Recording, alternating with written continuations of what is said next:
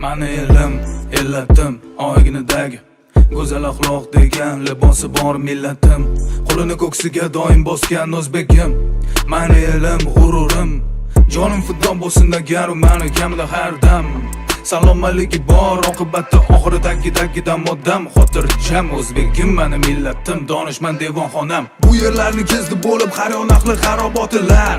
Devonayu mashoyiq abdollar, Ibn Sino bobolarim, Hazrati Naqshband darajati ulug'lar, balogardonlar. Terani koinot sirlarini bilishni istar hamon bu odamzod. Hozirgi kunda ham noayyon bardavom. Endi aniqlanayotgan bashoratni bilar edi kim? Ulug'bek bobom.